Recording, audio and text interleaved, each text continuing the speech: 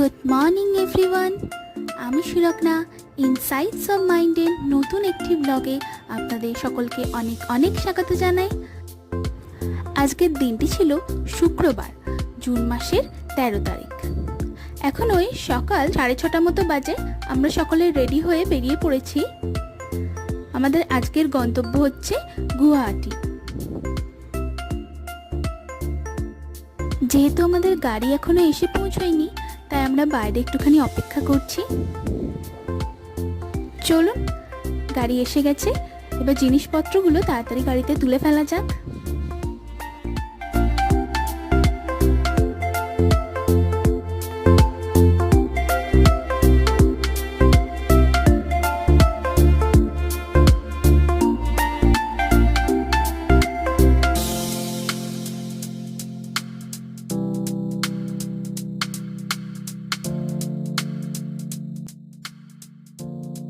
ওই যে দূরের লেকটা দেখছেন, শিলং যাওয়ার দিন আমরা এই ভিউ পয়েন্টটাতেই দাঁড়িয়েছিলাম, তাই আজ আর আমরা এখানে দাঁড়ালাম না।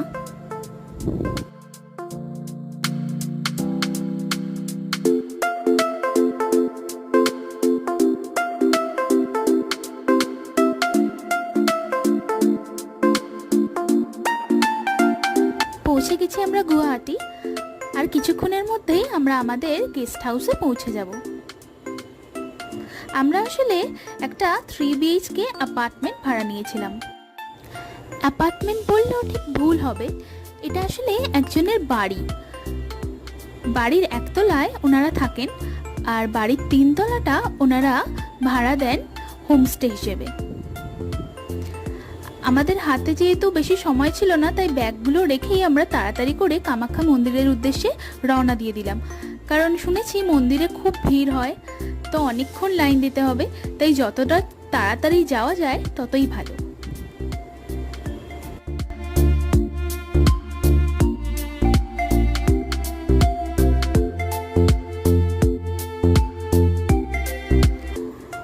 আমরা প্রায় এসেই গিয়েছি কামাখ্যা মন্দিরের কাছে। আর মাত্র কিছুক্ষণের রাস্তা, তারপরই পৌঁছে যাব মন্দিরে।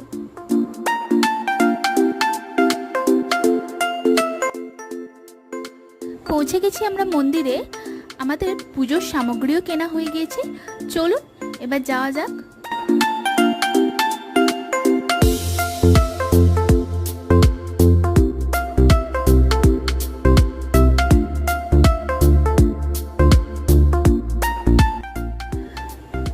আমাদের পুজো দেওয়া হয়ে গিয়েছে, চলুন এবার বাইরে বেরিয়ে যাওয়া যাক।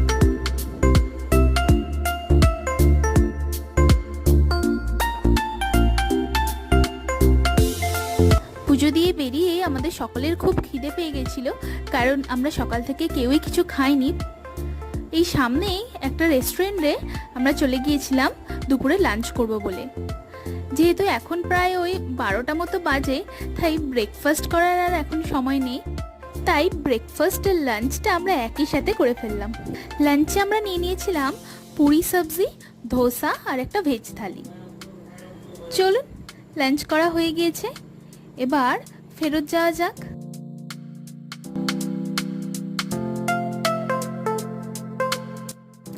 ওই যে দূরে যে নদীটা দেখছেন, ওটা হচ্ছে ব্রহ্মপুত্র নদ।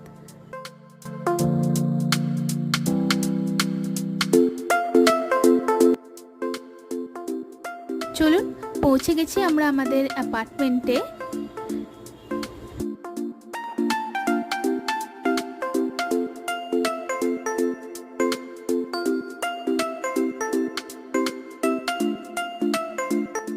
অ্যাপার্টমেন্টে ঢুকতেই সামনে ছিল একটা খুব সুন্দর ডাইনিং এরিয়া, তার পাশেই ছিল ব্যালকনি। এই পাশটায় ছিল দুটো মাস্টার বেডরুম। এই যে এটা হচ্ছে প্রথম বেডরুম, এর পাশেই ছিল একটা ওয়াশরুম, আর এই দিকে ছিল দ্বিতীয় মাস্টার বেডরুমটা। এই বেডরুমটার সাথে একটা অ্যাটাচ ওয়াশরুমও ছিল। যেহেতু এটা এনাদের বাড়ি ফ্ল্যাট সিস্টেমে তৈরি করেছেন, তাই জন্য ঘরগুলো যথেষ্ট বড় ছিল। আর এই পাশটাই ছিল আরেকটা রুম। এটা ওই একজন মানুষের থাকার মতো ছিল। দুপুরবেলা একটু রেস্ট নিয়ে আমরা সন্ধেবেলা এখন আবার বেরিয়ে পড়ছি। এখন আমরা চলেছি গুয়াহাটি পল্টন বাজারে। ওখানে গিয়ে আমরা কিছু কেনাকাটা করব। শুনেছি আসামে বিখ্যাত মেখলা শাড়ি পাওয়া যায়। এখন বাজারে যাওয়ার মূল আকর্ষণই হচ্ছে ওই শাড়ি। আমরা 5 জনের জন্য দুটো উবের অটো বুক করে নিয়েছিলাম। আমাদের অ্যাপার্টমেন্ট থেকে মোটামুটি ওই মিনিট 15 মতো লাগলো পল্টন বাজার আসতে। এসেই চলে এসেছি আমরা শাড়ির দোকানে। এখানে বিভিন্ন ধরনের শাড়ি পাওয়া যাচ্ছিল, কিন্তু আমরা এসেছি স্পেশালি মেখলা শাড়ির জন্য। এই যে দেখছেন, এগুলো হচ্ছে মেখলা শাড়ি। প্রত্যেকটা শাড়িরই রঙগুলো এত সুন্দর ছিল, এর মধ্যে পছন্দ করাটা সত্যিই খুব মুশকিল ছিল। এর মধ্যে থেকে আমি আমার জন্য এই নীল রঙের শাড়িটা নিয়ে নিয়েছিলাম। আর এই যে ওই পাশে ইট কালারের শাড়িটা দেখছেন, ওইটা আমি নিয়েছিলাম আমার বৌদি ভাইয়ের জন্য। চলুন, শাড়ি কেনা হয়ে গিয়েছে, এবার তাহলে বেরিয়ে পড়া যাক।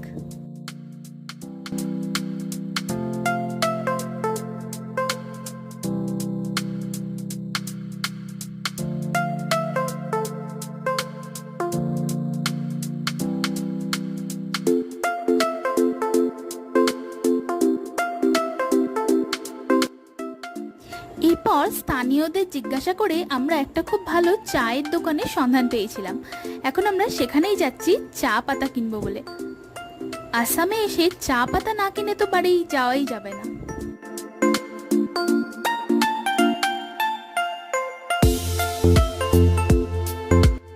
এখানে বিভিন্ন ধরনের চা ছিল। কোনোটা ছিল দুধ চায়ের জন্য, কোনোটা ছিল ভালো লিকার চায়ের জন্য, তার সাথে ছিল ভালো গ্রিন টি। এই যে এই দুটো দেখছেন, এর মধ্যে একটা ছিল স্ট্রং ফ্লেভারের চা আর একটা ছিল একটু মাইল্ড ফ্লেভারের চা। আর তার পাশেই এইটা দেখছেন, এটা হচ্ছে গ্রিন টি। তো আমি এখান থেকে একটু মাইল্ড ফ্লেভারের, একটু স্ট্রং ফ্লেভারের চা আর তার সাথে গ্রিন টি নিয়ে নিয়েছিলাম।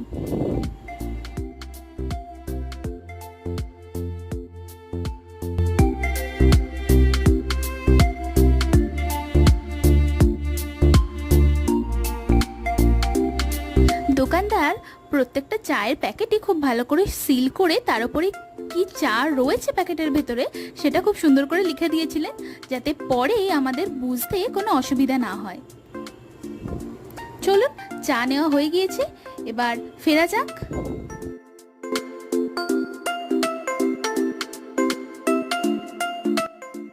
ফেরার সময়ও আমরা এই পল্টন বাজারের মুখটা থেকে দুটো উবের অটো বুক করে নিয়েছিলাম।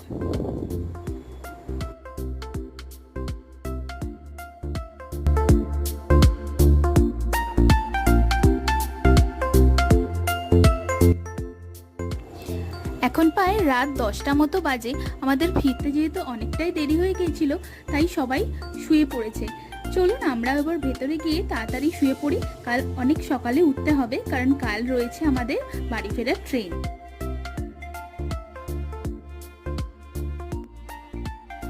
এখন ওই পরের দিন সকাল 8টা মতো বাজে। ঘুম থেকে উঠেই আমাদের সকালের ব্রেকফাস্টের তোড়জোড় শুরু হয়ে গেছে। ব্রেকফাস্টে রয়েছে বাটার টোস্ট আর তার সাথে ডিমের পোচ। টোস্ট বানানো হয়ে গেছে, এরপর ডিমের পোচ বানানো চলছে।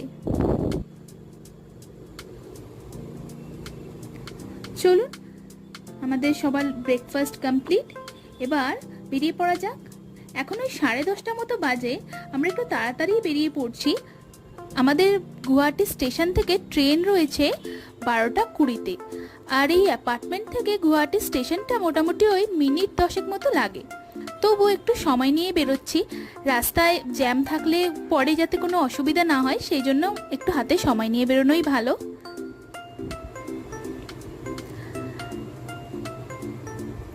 পাঁচজন ছিলাম বলে আমরা দুটো উবের গো বুক করেছিলাম। এই যে একটা গাড়ি এসে গিয়েছে, আমরা 3 জন উঠে পড়লাম আর ওরা 2 জন আসবে পরের উবেরে।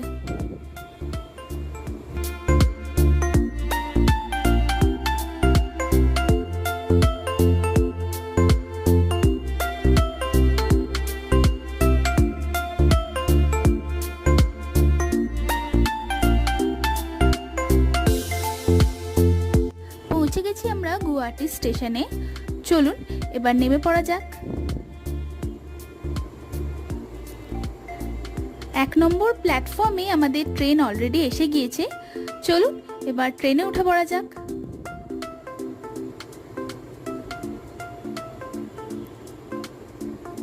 আমাদের সিট পড়েছে হচ্ছে B2 কম্পার্টমেন্টে। চলুন এসে গেছি B2-তে, উঠে পড়া যাক। উঠে পড়েছি আমরা ট্রেনে। ট্রেন ছেড়েও দিয়েছে এবার।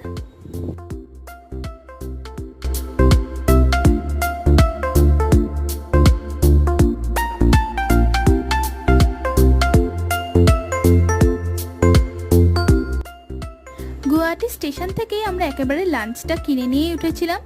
লাঞ্চে ছিল একটা ভেজ থালি আর ভেজ কম্বো। ভেজ কম্বোতে ছিল ফ্রাইড রাইস আর নুডলস, আর ভেজ থালিতে যেমন ভাত, ডাল, তরকারি এই সমস্ত তো ছিলই, তার সাথে রুটিও ছিল।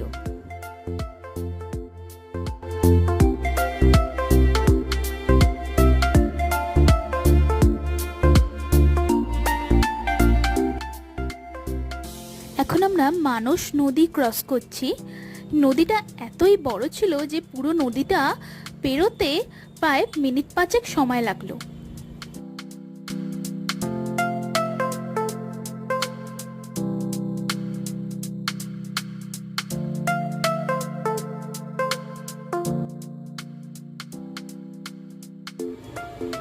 এরপর একটু বিকেল হতেই আমরা নিয়ে নিয়েছিলাম একটুখানি করে চা। বাঙালিদের বিকেলবেলা একটু চা না হলে ঠিক চলে না। চা খাওয়ার পর আমরা সবাই মিলে একটুখানি উনো খেলে নিলাম।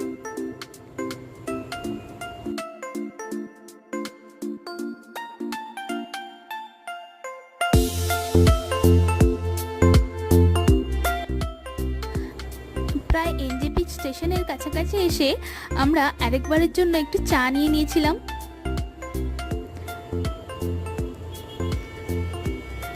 চায়ের সাথে খাওয়ার জন্য আমরা একটু পেস্ট্রিও অর্ডার দিয়েছি।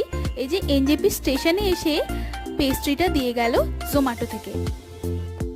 বিভিন্ন ধরনের পেস্ট্রি নিয়েছি আমরা, যেমন এদিকে ছিল রেড ভেলভেট পেস্ট্রি, তার সাথে এদিকে ছিল বিভিন্ন ধরনের চকলেট পেস্ট্রি আর একটা ম্যাঙ্গো পেস্ট্রি।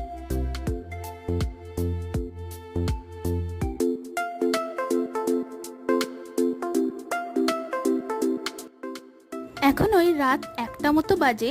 আমাদের ট্রেন মালদা স্টেশন ক্রস করছে। আমাদের ট্রেনটা 1 ঘন্টা 15 মিনিট মতো লেট ছিল। মালদায় টাইম ছিল 11:30টায়, কিন্তু পৌঁছেছিল প্রায় 1:45 নাগাদ।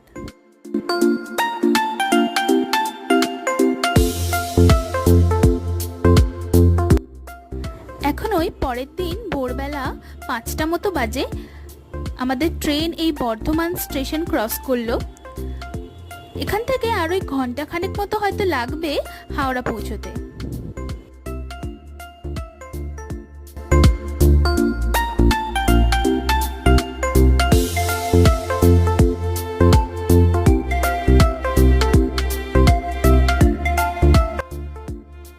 চলুন পৌঁছে গেছি হাওড়া স্টেশনে, এবার নেমে পড়া যাক।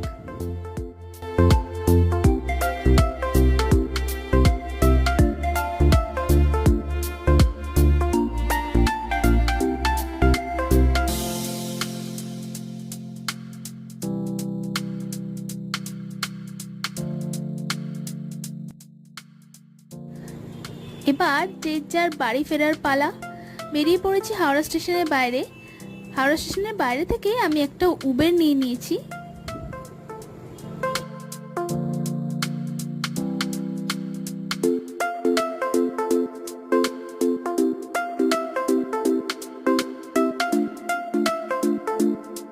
চলুন প্রায় এসে গেছি বাড়ির কাছে।